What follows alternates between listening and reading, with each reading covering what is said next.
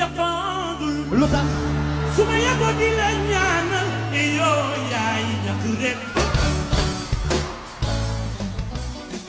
Fidèles internautes sans limite sn.com, bonjour, ravi de vous retrouver comme chaque samedi dans votre émission les Buzz du Web. Comme ni ñu koy defee à chaque fois rek nee na leen lépp loo xamante ni day def actualité sur la toile dañ koy indi leer leen ko bam leer naa ñi. Alors aujourd'hui on va commencer par le procès de double meurtre à Médinatoul Salam bi nga xamante ni moo ngay woy fële na le te tribunal grande instance de Mbour. Procès boobu nag fi mu toll nii moo ngi def actualité bu baax a baax partout ci réseaux sociaux yi. ñu gën ci xam ki nga xamante ni moom moo di Cheikh Béthio Thioune bu ñu jox ñooñu baaraamu tuuma ci double meurtre boobu noonu nga xam ne amoon na fële na le ca Médinatoul Salam moom nag liñ ci jot a jàpp d'après sans limite sn.com moom assisté gul benn yoon ci procès boobu nga xamante ni ñoo ngi koy amal foofu parce que yaramam ak santeem mayu ko pour mu assister. ñi ci gën a ràññee du ñenn ñu dul ñaari soxnaam yi nga xam ni soxna Aïda Diallo la ak Adja Déthié Pène ingénieur en informatique moom nag mën nañ ni sax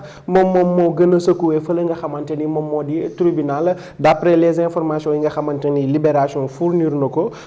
moom muy xamle que ni moment bi nga xamante ni loolu mi ngi am fële na la ca Médinatoul Salam mi ngi fekkoon une semaine la fa def parce que moom boobu la door di dugg ci buumu sëy ak ki nga xamante ni moom moo di Cheikh Béthio. Donc bi crime bi di am nee na mi ngi woon ci biir néegam moom ak Cheikh bi di seetaan li nga xamante ni moom moo di làmb donc yëguñu woon sax tinuñu woon la fa xew. Après ci lañ ñëw annoncé leen ni leen que ki nga xamante ni moom moo di Bara Sow ñëw na pour dugg ci kër gi nga xamante ni moom moo di kër Cheikh bi sax dafa naroon wàcc mais par la suite taalibe yi ñoom ñoo ko tere mu daal di toogaat. Après ci lañ annoncé li nga xamante ni moom moo di deewu Bara Sow ak ki nga xamante ni moom moo di Aboubacar Diagne. Gisaan nañ fa yeneen témoignage yoo xamante ni aussi ki nga xamante ni moom moo di mag ci Bara Sow son frère def ko moom génn na di wax que ni moom bëggoon na carrément Cheikh bi fekkee li nga xamante ni moom moo di procès bi ba mu dégg li nga xamante ni moom la am envie ak moom la ko bëgg a wax yépp pour mu dégg ko parce que ki nga xamante ni moom moo di frère am Bara Sow depuis mu duggee ci Cheikh bi nekk cantaakun ba tey dafa mel ni ku tàggalikoo ak sagoom gëmul kenn te gisul lenn lu dul ki nga xamante ni moom moo di Cheikh Béthio dafa bàyyi woon lépp lu mu doon def dem topp ki nga xamante ni moom moo di Cheikh Béthio ba lii am daati am. Gis nañ keneen ki nga xamante ni moom moo di Khady Penda Fall aussi ñu gën ko xam ci yaayu Ababacar Diagne moom tamit génn na def ay témoignages moom devant la barre mu xamle que ni moom aussi déggoon na Cheikh bi di wax ki nga xamante ni moom moo di Bara Sow ak Aboubacar Diagne il méritait la mort ndax liñ daan yëkkati di ko teg ci deru ki nga xamante ni moom moo di Serigne Saliou. Soxna Aïda Diallo aussi génn na moom tamit seetal deru borom këram bu baax moom tamit di wax que ni Cheikh Béthio moom yëguloon sax li nga xamante ni moom moo xew moom aussi yëgu ko woon parce que boobu mi ngi tëddoon ci néegam te elle était souffrante moom moo tax yëgu ko woon wante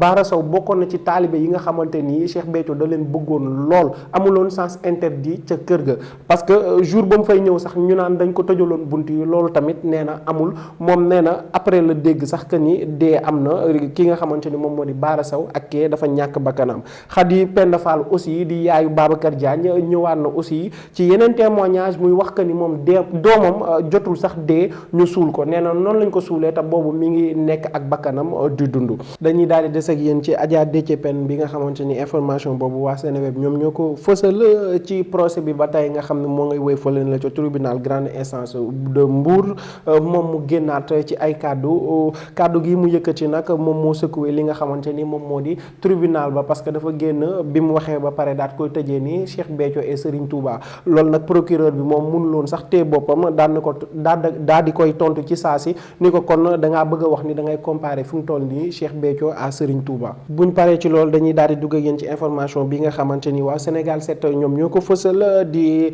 Ahmed Khalifa Niass ak digganteem ki nga xamante ni moom moo di Sidi Lamine Niass ak njabootam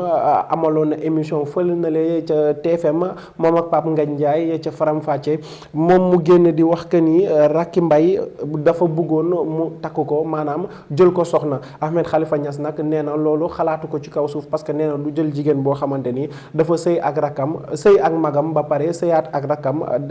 ñoom ñaar ñëpp génn àdduna ba pare moom mu koy takk. nee na moom loolu du ko def bi ko Papa Ngagne ne kon yow dafa mel ni da nga bëgg a gaafal ki nga xamante ni moom moo di Racky Mbaye ci la daati mere daat koy tontu ni ko da nga may sosal parce que man waxuma fi benn yoon que ni dama koy gaaral wante man am naa droit wax que ni du ma sëy koo xamante ni sëy naa ak sama mag sëy ak sama rakk aussi. bi loolu pare aussi Pam Ngagne laajaat ko ci beneen question ni ko nan dañoo bëggoon a xam parce que opinion publique bi dañu bëggoon a xam yow nan nga nar a taxawoo fi mu toll nii taxawaayu kii nga xamante ni moom moo di ci njabootu Sidi Lamine Niass mu daat koy xamal ni ko yow Pam Ngagne fi mu toll nii sa position bi nga yor ni position bi ngay taxawee nii dara baaxu si te dara rafetu ci parce que invité magum jëm bu toll ni man boo xamante ni am na ay doom yoo xamante ni ñoo la mag fuuf wala yéen a maase ngay toog na di ko tiiñal di ko waas ci kanamu nit ñëpp loolu rafetul Pam Ngagne régleel sa bopp moom loolu la fa xaw a yëkkati xaw ci jàppante ak Pam Ngagne Ndiaye tuuti sax ci plateau bi buñ paree ci loolu aussi dañuy daal di dugg ak yéen ci Wally Seck bi nga xamante ni amaloon na conférence de presse fële na la ci Grand Théâtre dëgmal anniversaire am bi nga xamante ni le 27 mars la mooy samedi bii ñii nii Wally Seck moom profité na répondre ay questions yoo xamante ni ak ay rumeurs yoo xamante ni ñoo ngi doon jub ci digganteem ak ki nga xamante ni moom moo di Bijou Ngoné ak digganteem ak ki nga xamante ni moom moo di Aziza nekkoon manager am moom xamle que ni nee na Bijou Ngoné dafa bokk ci moom te rakkam la te nee na Bijou Ngoné nañ jàpp que ni moom dafa nekk si coin di liggéey li nga xamante ni moom la ko dénk moom la ko sant te Bijou yamul ci benn liggéey aussi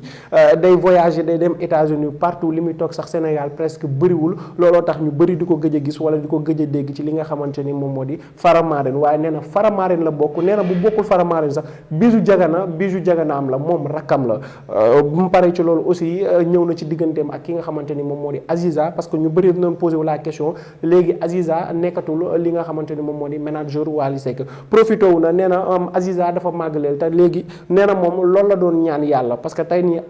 Aziza mi ngi yore propre entreprise am di fay ay employés am te nee na loolu sagam la tey jii nii. Wally aussi dikkaat na ci beneen question boo xamante ni mi ngi ko doon tontu ci conférence de presse bi parce que ñu bëri dañ doon véhiculer di wax que ni Wally Seck albumam bi ak surtout son bi nga xamante ni moom la bokk ak Momo Dieng daf ci participer moom moo ko bind Wally indi na ci ay leeral yu am solo parce que nee na album bi amul benn musicien bu ci participer à part Momo Dieng moom la doon bàyyi studio muy répété ak ñi nga xamante ni ñoom ñoo di ay musiciens te ba album bi génnee pochette bi bind na ci turam te aussi remercier na ko fam ko war a remercier te xamale na aussi que ni moom ndaanaan la kullu fadri na te booy la boo xamante ni booy bu dangereux parce que bu duggee studio lu muy def moom macha allah. buñ paree ci loolu dañuy daal di dugg ak yéen ci Eumeudi Badiane interview bi nga xamante ni amaloon na ko ak waa sans limite sn.com moom muy indiwaat ay leeral ci diggante ki nga xamante ni moom moo di Pape Diouf ak Wally Seck concernant rumeur yi nga xamante ni yépp moo ngi doon circuler sur la toile moom muy xamle que ni Wally Seck ak Pape Diouf ay concurrent lañ loolu Sénégal fi mu toll nii fii kenn mënu ko fi bañ dikkaat na aussi ci diggante Youssou Ndour ak Wally Seck nee na Youssou Ndour bu toogee di seetaan Wally Seck dafay fier parce que day gis boppam ci moom ba nga xamante ni tolloon na fi nga xamante ni fii la Wally Seck tollu tey jii nii buñ paree ci loolu dañuy daal di dugg ak yéen ci xew-xew bi nga xamante ni une scène surréaliste à la grande mosquée de Dakar la xewee démb ci jullik àjjuma gi benn étudiant boo xamante ni dafa jugoon di poignardé imam ba fa doon jiite ñu gën ko xam ci Pape Malick Diagne nag étudiant bi dañu julli ba pare mu jug nar ko poignardé mais heureusement fidèles ya fa nekkoon di julli ñoom ñoo ko téye balaa policier ñëw di ko arrêté moom nag bañ ko xoolee nee nañ kii nii dara jotu ko dara jàpp ko aussi wax na ni que moom dafa am benn problème boo xamante ni moom la bëggoon a régler foofu noonu ca grande mosquée ba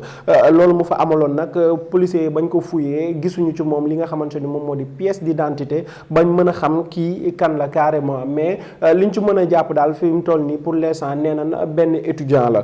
ñu xam ne aussi que ni mosquée boobu noonu am na ñetti imam yoo xam ne dañuy awlante déjà par vendredi ak imam boo xamante ni ràññee nañ ko ci julli korité ak julli tabaski kenn xamul nag ndax moom ban compte la bëggoon régler ak ñetti imam yooyu noonu ba dal ci imam Pape Malick Diagne buñ paree ci dañuy daal di dugg ak yéen ci information bi nga xam ne waa sunu buzz ñoom ñoo ko fësal muy imam Makhtar Gueye ñu gën ko xam ci ONG Jamra moom d'après bi mu paree ci attaques yi nga xam ne doon na ko def ci série boobu noonu di maîtresse d'un homme marié dafa daal di dugg ci baar yi nga xamante ni moom moo nekk fële na la ca Grand Yoff moom nee na jaaduwul benn yoon lu toll ni Grand Yoff ngay dugg benn koñ di fa fekk li nga xamante ni moom moo di 400 baar te nee na 400 baar yooyu noonu boo dee xool am na benn boo xamante ni imam moo ko ci moom te nee na imam boobu mi ngi koy may li nga xamante ni délai wu 1 mois la pour mu tëj baaram boobu lu ko mooy 1 mois yooyu noonu su weesoo dina fësal turam dina ko siiwal bu baax a baax ba ñëpp jot ci. buñ paree ci loolu dañuy daal di dugg ak yéen ci Lamine Ndiaye au micro de Sans Limite ba tey muy tontu ay questions yi nga xamante ni amaloon nañ ko fële na le ca lancement wu série bu bees boobu noonu di Classe D mu tontu ci ay baat di xamle que ni moom le fait que mu dem di jouer ci série boobu parce que dafay jàppale jeunes yi nga xamante ni ñoo bëgg a dugg ci wàllum cinéma ndax moom ba mu tollee ci at yooyu dañ ko daan jàppale dimbali ko ba nga xamante ni tey toll na fii mu toll indi na aussi ay leeral ak ay tontu ci li nga xamante ni moom moo di série boobu doon def buzz ci réseaux sociaux yi ak partout muy maîtresse d'un homme marié surtout séquence boobu nga xamante ni Marème Dial daf ci doon wax sama bii maa ko moom ku ma neex laa koy jox moom nee na lu mu ci jàngat du lenn lu dul mooy ay wax dañ ko war a woddu. buñ paree ci loolu dañuy daal di dugg ak yéen ci sport commencé ko ci ki nga xamante ni moom moo di Sadio Mané ñu ko fësal nag ñenn ñu dul waa leeral ñoom ñoo fësal information bi di xamle que ni Sadio Mané instant bii ni moom mooy occupé 6e place ci li nga xamante ni moom moo di meilleur buteur africain ci championnat yi maanaam devancé na ki nga xamante ni moom moo di Yaya Touré tey parce que tey jii nii Sadio Mané doublé na ba fi mu toll nii yegg meilleur buteur championnat fële na la nga xam ni moom moo di ca Angleterre ci championnat bi. buñ paree ci Sadio Mané dañuy daal di dugg ak yéen ci Ferdinand Coly bi nga xamante ni moo ngi def le tour de la toile moom tamit procès bi nga xamante ni amaloon na ko ak Saliou Samb ñu jox dëgg Saliou Samb ci affaire arnaque boobu noonu ñu amoon problème ñoom ñaar moom nag génne na benn baat wax ko boo xamante ni mi ngi def la toile muy xamle que ni moom dafay renoncer à sa nationalité sénégalaise parce que nee na Saliou Samb mënul am dëgg ci kawam d'après li nga xamante ni moom la fi wax ak li nga xamante ni moom lañ jote. buñ paree ci Ferdinand Coly dañuy daal di dugg ak yéen ci Cheikh Ndoye bi nga xamante ni dafay amoon ab gaañu ba waroon opérer genou bi mu taxaw temm que ni moom du ko opérer parce que bu ko opérer du jouer ci CAN bi mujjee na ko opérer nag démb ba l'opération macha allah jaar na yoon ñu ngi koy ñaanal tanoog jàmm. fidèle internaute sans limite sn.com lii lañ leen indiloon tey ci seen émission les buzz du web restez sur sanslimite.sn.com et abonnez-vous. N'oubliez pas d'activer la cloche pour recevoir aussi li nga xamante ni moom moo di notification émission bi bu duggee. Merci de nous suivre sur sanslimite.sn.com. À la prochaine.